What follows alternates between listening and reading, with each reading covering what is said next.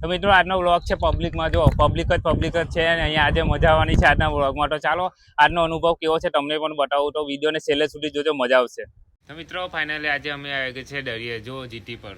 આ છે દહેજનો દરિયો અને અહીંયાનું લોકેશન જોરદાર છે મિત્રો, જુઓ. ચાલો તો વિડીયોનો આજે અનુભવ લઈએ. મેં જે પણ આજે અનુભવ લેવાનો છે તે તમને બતાવ્યું છે. ચાલો જોવા માટે રેડી થઈ જાઓ.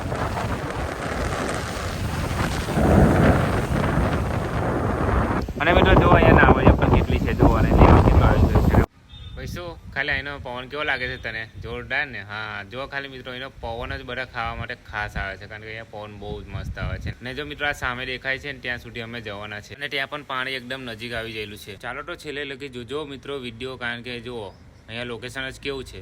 આ બ્રિજ છે અને બ્રિજની ઉપર અમે ચાલીએ છીએ, તો બહુ મજા આવશે. તો મિત્રો આ લોકેશન દહેજમાં આવેલું છે, ભરૂચ જિલ્લાના દહેજમાં આવેલું છે અને આ દરિયા કિનારે છે. બહુ મસ્ત છે ખરેખર, જુઓ. વાવ, જો મિત્રો આજનું લોકેશન જુઓ ખાલી, છે ને જોરદાર. ચાલો તો આગળ જુઓ. તો હવે આ બ્રિજની આજુબાજુ બંને પાણી છલોછલ છે, કારણ કે આજે અમાસ છે અને અમાસનું પાણી ફૂલ આવેલું છે. તો મિત્રો આ બહુ લાંબો બ્રિજ છે, જુઓ પાછળ કેટલો લાંબો છે અને જુઓ આગળ. અને જો અમે વચ્ચે આવ્યા છે અને જુઓ પેલો સામેનો પોઈન્ટ છે ને ત્યાં સુધી જવાનું છે. ત્યાં પણ બહુ મજા આવે છે, કારણ કે અહીંયા પવન જ બહુ મસ્ત છે, લાગે ને પવન. અને મિત્રો જુઓ આ સામેવાળા બ્રિજ છે જે બાજુમાં, તે કંપનીનું સામાન આવે છે ત્યાં. અને જે કંપનીનું સામાન છે ને શિપમાં પહોંચાવે છે, મોટા મોટા જહાજ આવે છે. એક વીકમાં એકવાર એવા મોટા જહાજો આવે છે અહીંયા. તો ચાલો હવે આપણે આગળ વધીએ.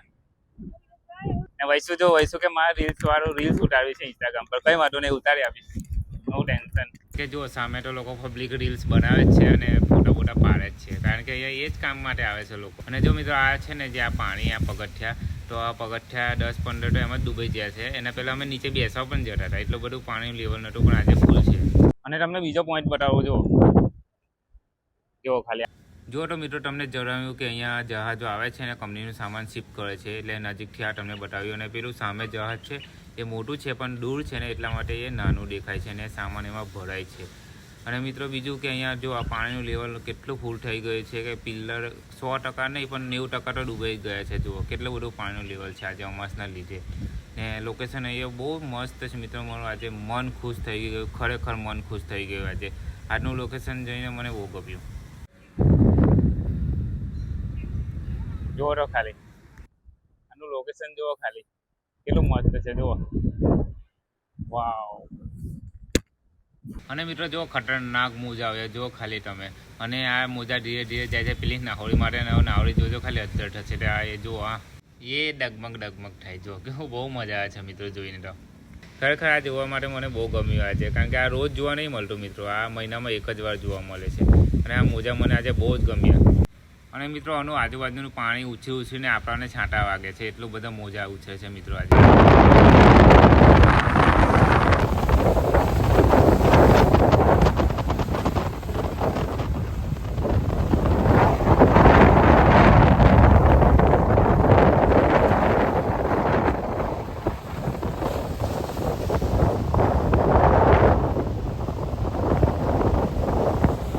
તો મિત્રો જો વૈસુ ને મમ્મી આવ્યા હતા, મારા સાસુ છે તો અહીંયા બેઠા છે. અને અહીંયા આ સ્ટાર્ટિંગ પોઈન્ટ છે, એન્ટર છે. અહીંયાથી અમે અંદર ગયા છે મિત્રો. અહીંયા સાંજના 6 વાગે અમે પવન ખાવા આવ્યા હતા અને બહુ મસ્ત લાગ્યું. અહીંયા બાકરે હવે થોડી વાર બેઠા છે, થાકી ગયા એટલા માટે. ચાલો મિત્રો હવે ઘરે જવાનો ટાઈમ આવી ગયો છે, તો વિડીયોને સમાપ્ત કરું છું. ગમ્યું હોય તો લાઈક કરી દેજો અને હા સબસ્ક્રાઈબ કરી લેજો. બાય બાય, જય માતાજી.